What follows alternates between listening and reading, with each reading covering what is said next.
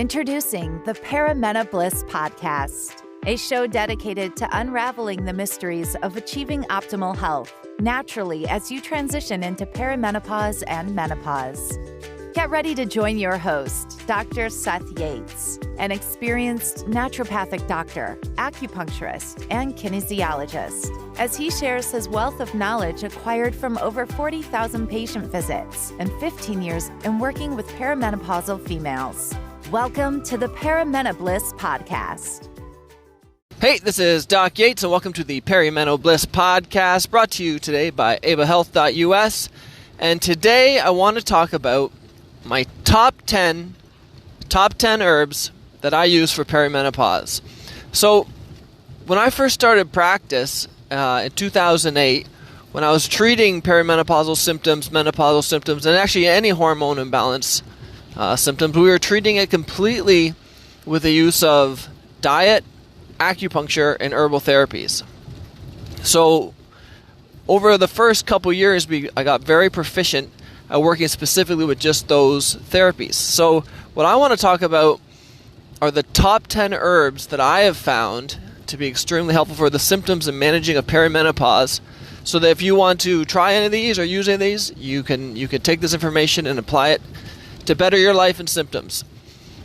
Even now, when I'm prescribing bioidentical hormones, I've found that by using some of these herbs in combination with that, and it's very rare that I'm ever prescribing just one of these herbs at a time. It's often in a combination of, 4 to 6 herbs. When you do it that way, you're seeing a reduction in the amount of bioidentical hormones that someone needs to reduce their symptoms, and you're just seeing an improvement in symptoms overall. So let's go through them. And now keep in mind, this is in no particular order. So number 1 is not better than number 10 or vice versa.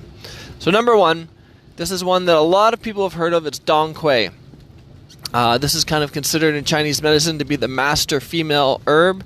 It's extremely important for blood support, which plays a big role, blood and yin support in Chinese medicine. And this I've found to be, it has a very big effect for symptoms such as dryness. It plays a role with hot flashes and night sweats. And I use it in most formulas, I would say most. The second herb is called Vitex, also known as chasteberry. This is something that I use when I'm seeing symptoms that would suggest that we need to do something about the progesterone, but yet when we're testing, the progesterone levels seem to be in the normal level.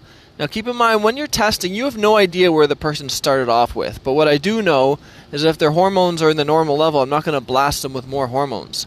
So I'll use herbs like Vitex that has an effect to improve the body's utilization of progesterone. So this could be a case where, for instance, let me think. Say their cycles are changing in their cycles, or signs of estrogen dominance, but yet their progesterone levels aren't that low. We'd be doing something to detoxify the excess estrogen metabolites and improve the progesterone. So Vitex would definitely be a part of that formula. The next one is Submissifuga, also known as black cohosh. Black cohosh is kind of been considered, the menopause herb, just kind of like St. John's wort is the depression herb. And while I do use it for perimenopause and menopause, it's pretty rare that I ever use it for the purpose of hot flashes. I personally find that people don't respond to it that well for hot flashes and night sweats. I know I have a colleague, and he loves using it for hot flashes and night sweats. But I just haven't found that it works that well compared to the herbs that I've used. So what I like it for is when you see hormone changes, and those hormone changes make the person feel down and depressed. So this is where they don't become irritable before their cycle. It's more like in the luteal phase. It's like that dark cloud comes over them, and they're really feeling down during that time. Then they get their period, and they're like, oh, no, I'm fine again. That's when I start using black cohosh. Also, I use it a lot in cases where there's hormone imbalance and people get neck issues during their PMS. It's like, oh, they always get like stiff neck and headaches with PMS. That's when I'm going to use black cohosh. Lady's mantle is the next herb, also known as alchemilla. I use this a lot when you're seeing sleep disturbances associated with perimenopause, sleep disturbances, and anxiety. So this one has a good calming effect as well as for balancing hormones. Now the next few herbs I use a lot in my Hot Flash Results formula. And these are from a Chinese medicine perspective. So let me explain perimenopause and Hot Flash's Night Sweats from a Chinese medicine perspective. So they have this, you're familiar with those yin-yang symbols, yin and yang, and it looks like that little swirl where it's like half white and the other half is black. In Chinese medicine, it's all about the balance between yin and yang. So what happens with perimenopause is that there's this reduction in the body's yin, and yin is the cooling, calming energy, whereas yang is the more hot, excess, irritated, fiery energy. So when you get this deficiency or lack of yin, which is associated with these changes, it's not really that you have too much of this fiery, irritated, hot heat. It's just that you don't have enough of the cooling to counter it and to counter down. And that's where you get, they call like empty heat, and that's Hot Flashes, Night Sweats. That's just a very simplified way of doing it. So what they do in Chinese medicine, and what I've done in my formula, is that you want to use herbs that have an effect to improve the cooling effect. So they're kind of like nourishing, moistening, cooling herbs, and then you use that combining with herbs that clear heat or clear excess heat. So there's an herb called Zimu, Romania. Those work really well in my formula for kind of nourishing yin. But then I'll use Scutellaria bicalensis, and I use that for clearing heat. Now this is usually more of a short-term prescription, and it's generally used for clearing heat from the upper body. So, but you want to think of, say you had like a sinus infection, that herb would be used in that, anything where there's heat in the upper body. But I have found it to be extremely useful for clearing out heat and hot flashes, especially when we weren't using any hormone treatments at all. Licorice is another herb that I use. It has a bit of an estrogenic effect. It has lots of phytoestrogens in it, and it's also a really good balancing herb. Like most formulas, you'll always put a little bit of licorice in it, and especially in the case when I'm dealing with female hormones. Okay, the next two herbs are ones that I use for improving sleep, because that's a common symptom. Sleep disturbances is a common symptom with perimenopause.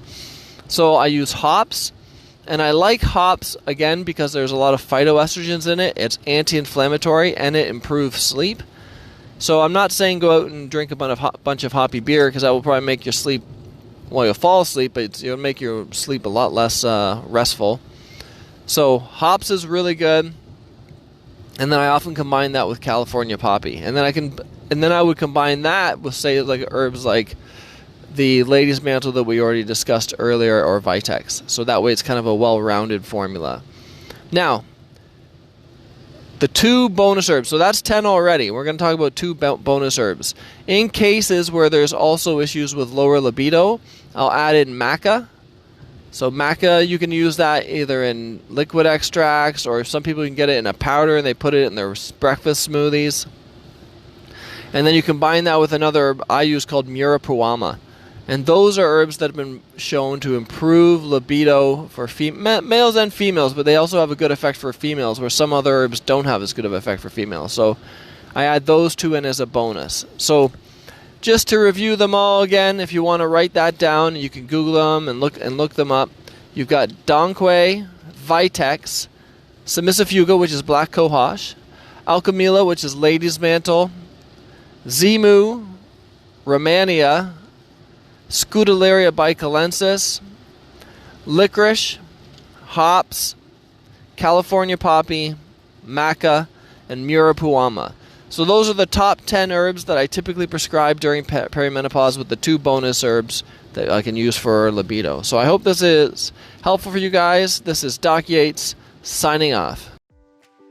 Thank you for tuning in to the Perimenopause podcast. Don't forget to hit the subscribe button and visit perimenobliss.com for more valuable information on how you can thrive during your transition through perimenopause.